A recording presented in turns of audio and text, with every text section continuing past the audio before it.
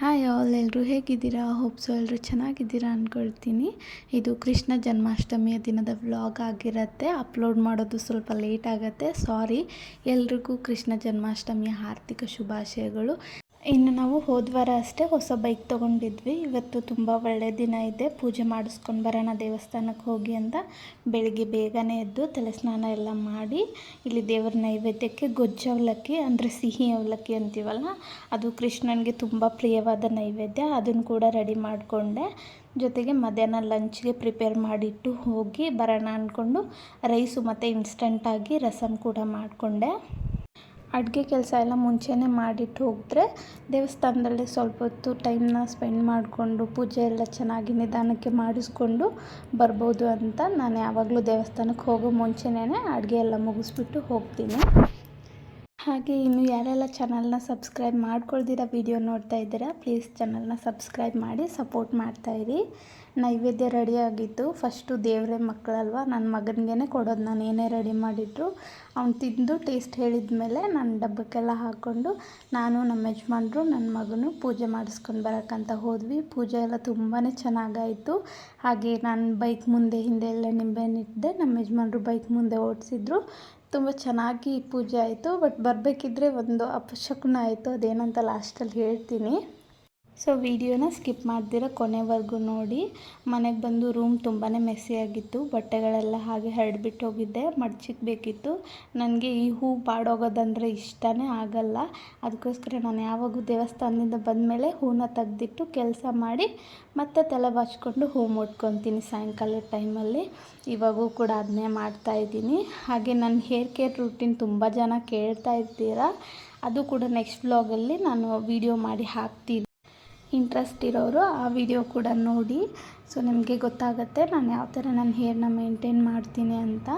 ನನ್ನ ಹೇರ್ ಕೂಡ ಮುಂಚೆ ತುಂಬ ಚಿಕ್ಕದಾಗಿತ್ತು, ಇವಾಗ 2 ಇಯರ್ಸಿಂದ ಇಷ್ಟು ಉದ್ದ ಬೆಳೆದಿದೆ. ಸೊ ನನ್ನ ಹೇರ್ ಕೇರ್ ರೂಟೀನ್ನ ಕಂಪ್ಲೀಟಾಗಿ ನೋಡಿ, ಡಿಸ್ಕ್ರಿಪ್ಷನಲ್ಲಿ ಲಿಂಕ್ನ ಆ್ಯಡ್ ಮಾಡಿರ್ತೀನಿ ವಿಡಿಯೋ ಮಾಡಿದ ಮೇಲೆ.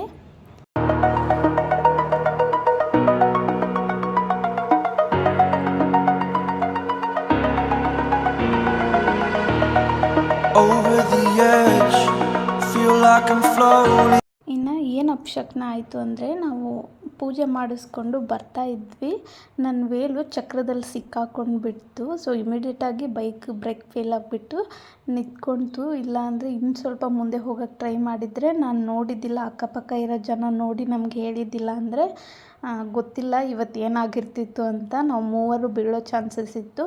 ಬಟ್ ನಾವು ದೇವಸ್ಥಾನದಿಂದ ಬರೋದ್ರಿಂದ ಆ ಕೃಷ್ಣ ಪರಮಾತ್ಮನೇ ನಮ್ಮನ್ನು ಕಾಪಾಡ್ದ. ಇವತ್ತಾಗಿರೋ ಇನ್ಸಿಡೆಂಟ್ ಲೈಫಲ್ಲೇ ಮರೆಯೋಕ್ಕಾಗಲ್ಲ. ಹಾಗೆ ಒಂದು ಪಾಠ ಕೂಡ ಕಲ್ತಿರೋ ಥರ ಆಯಿತು. ಇನ್ನು ಮುಂದೆ ಯಾವತ್ತೇ ಆಗಲಿ, ನಾನಾಗಲಿ ನೀವಾಗಲಿ ಇನ್ನೊಬ್ಬರಾಗಲಿ ಸ್ಯಾರಿ ಹಾಗೆ ಈ ಥರ ಲಾಂಗ್ ಡ್ರೆಸ್ಸು ಉದ್ಗಿರೋ ಬಟ್ಟೆ ಹಾಕ್ಕೊಂಡ್ರೆ ಸ್ವಲ್ಪ ಕೇರ್ಫುಲ್ಲಾಗಿ ಕೂತ್ಕೊಳ್ಳಿ, ಇಲ್ಲಾಂದರೆ ಈ ಥರ ಆಗೋ ಚಾನ್ಸಸ್ ತುಂಬಾ ಇರುತ್ತೆ. ಹಾಗೆ ಕೃಷ್ಣನ ಆಶೀರ್ವಾದ ಇರೋದ್ರಿಂದ ಏನೂ ಆಗಲಿಲ್ಲ, ಸೇಫ್ಟಿಯಾಗಿ ಮೂವರು ಮನೆ ತಲುಪಿದ್ವಿ. ಬಂದಮೇಲೆ ಇದೆಲ್ಲ ಕೆಲಸ ಮಾಡಿಕೊಂಡೆ. ಸ್ವಲ್ಪ ಪಾರ್ಸಲ್ ಬಂದಿತ್ತು, ಅದನ್ನು ಕೂಡ ವಾರ್ಡ್ರೋಬಲ್ಲಿ ಹಾಗೆ ಎತ್ತಿಕ್ಕಿದ್ದೆ. ಇದೆಲ್ಲ ವಾಲ್ಗೆ ಸ್ಟಿಕ್ ಮಾಡಬೇಕಿತ್ತು, ಇನ್ನೂ ಸ್ವಲ್ಪ ಆರ್ಡರ್ ಮಾಡಿಕೊಂಡಿದ್ದೆ. ಇದರ ಅನ್ಬಾಕ್ಸಿಂಗ್ ವಿಡಿಯೋ ಆಲ್ರೆಡಿ ಅಪ್ಲೋಡ್ ಆಗಿದೆ, ಒಂದು ಸಾರಿ ಚೆಕ್ ಮಾಡಿ. ಡಿಸ್ಕ್ರಿಪ್ಷನಲ್ಲಿ ಲಿಂಕ್ನ ಪ್ರೊವೈಡ್ ಮಾಡಿರ್ತೀನಿ. ನಿಮಗೆ ಇಂಟ್ರೆಸ್ಟ್ ಇದ್ದರೆ ನೋಡಿ. ತುಂಬ ಅಫೋರ್ಡೆಬಲ್ ಪ್ರೈಸಲ್ಲಿ ಕಿಚನ್ ಟೂಲ್ಸು ಹಾಗೆ ಬೆಡ್ರೂಮ್ ಡೆಕೋರೇಷನ್ಗೆ ಐಟಮ್ಸ್ನ ತರಿಸಿದ್ದೀನಿ. ಹಾಗೆ ಇನ್ನೊಂದು ವಿಷಯ ಹೇಳಬೇಕಿತ್ತು. ನನಗೆ ತುಂಬ ಜನ ಕೇಳ್ತಾ ಇದ್ರಿ ಯೂಟ್ಯೂಬಿಂದ ದುಡ್ಡು ಬಂತ ಅಂತ. ಖಂಡಿತವಾಗ್ಲೂ ₹1 ಕೂಡ ಬಂದಿಲ್ಲ. ನನಗೆ ರೀಸೆಂಟಾಗಿಯೇ 500 ಸಬ್ಸ್ಕ್ರೈಬರ್ಸು ಕಂಪ್ಲೀಟ್ ಆಗಿರೋದು. ಬಟ್ ಅಲ್ಲಿ ನಮಗೆ ಕಂಪ್ಲೀಟ್ ಆಗಬೇಕಿರೋದು 1000 subscribers plus 3000 watch time. Subscribers ಏನೋ ಕಂಪ್ಲೀಟ್ ಆಗ್ಬೋದು ಬೇಗನೆ, ಬಟ್ 3000 ವಾಚ್ ಟೈಮ್ ಇದೆ ಅಲ್ಲ, ಅದು ತುಂಬಾ time ತೊಗೊಳುತ್ತೆ.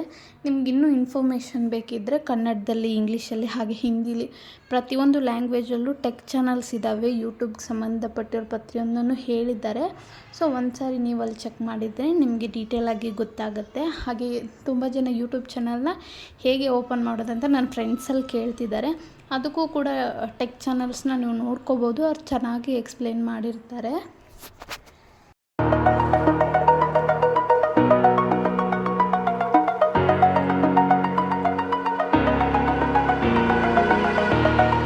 Over the edge, feel like I'm floating through the air. pain I felt is paid for, all is said and done. Oh, I am restricted, fixed upon the web. I need to kick the habit that my mind is breathing in. Break out, I've got to see. Spent all my life holding all of it closely. I played it innocent, a feel of discontent. I'm finally facing it all, fearless. ನಮ್ಮ ರೂಮಲ್ಲೇ ಕೃಷ್ಣಂದು ತುಂಬ ದೊಡ್ಡ frame ಇದೆ, ಹಾಗೆ ಬುದ್ಧದೊಂದು statue ಇದೆ. ನೋಡ್ಬೋದು ಎಷ್ಟು ಗಲೀಜಾಗೋಗ್ಬಿಟ್ಟಿತ್ತು ಅಂತ. ನಮ್ಮ ಮನೆ ರೋಡ್ ಪಕ್ಕ ಇರೋದ್ರಿಂದ ಧೂಳೆಲ್ಲ ಬಂದು ಕೂಡ್ತಾನೆ ಇರುತ್ತೆ. ಅವಾಗವಾಗ ಈ ಥರ ಕ್ಲೀನ್ ಮಾಡ್ತಾನೆ ಇರಬೇಕು, ಇಲ್ಲಾಂದರೆ ತುಂಬ ಡಸ್ಟ್ ಇರುತ್ತೆ. ಅದಕ್ಕೆಲ್ಲ ಕ್ಲೀನ್ ಮಾಡಿ ಬೆಡ್ ಸ್ಪ್ರೆಡ್ ಎಲ್ಲ ಹಾಕಿಬಿಟ್ಟು ಇನ್ನು ಪೂಜೆಗೆ ರೆಡಿ ಮಾಡ್ಕೊಳ್ಳೋಣ ಅಂದ್ಬಿಟ್ಟು, ರೆಡಿ ಮಾಡೋಕ್ಕೂ ಮುಂಚೆ ಒಂದು ಸರಿ ಲೈಕ್ ಆಚೆ ಎಲ್ಲ ಕಸ ತಳ್ಳಿಬಿಟ್ಟು ನೀರು ಹಾಕಿ ಪೂಜೆನ ಮಾಡಿದೆ.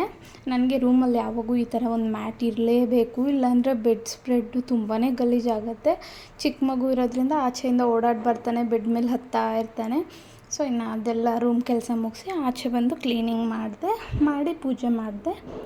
ಇದಾಗಿತ್ತು ಇವತ್ತಿನ ನನ್ನ ಕಂಪ್ಲೀಟ್ ವ್ಲಾಗ್. ನಿಮಗೆ ಈ ವ್ಲಾಗ್ ಇಷ್ಟ ಆಗಿದ್ದರೆ ಪ್ಲೀಸ್ ನನ್ನ ಚಾನಲ್ನ ಲೈಕ್ ಮಾಡಿ, ಶೇರ್ ಮಾಡಿ, ಕಮೆಂಟ್ ಮಾಡಿ, ಹಾಗೆ ಮೇನ್ ಸಬ್ಸ್ಕ್ರೈಬ್ ಮಾಡಿ ಸಪೋರ್ಟ್ ಮಾಡ್ತಾಯಿರಿ. Thank you so much for watching.